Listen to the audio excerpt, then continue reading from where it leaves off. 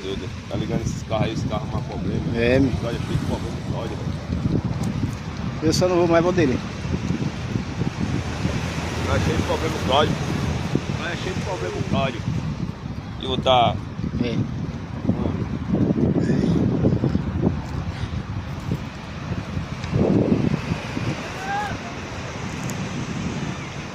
Rapaz, o pessoal é bermuda ali agora, ele mais não mergulha aí, velho.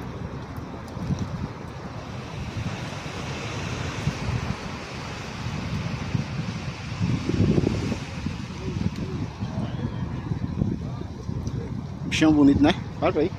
Né, café? Nada a ver, foda. Não, e olha o passarinho ainda, nem aí, né, velho? Já acostumado, né? Chamado de pescador, cara. É, velho.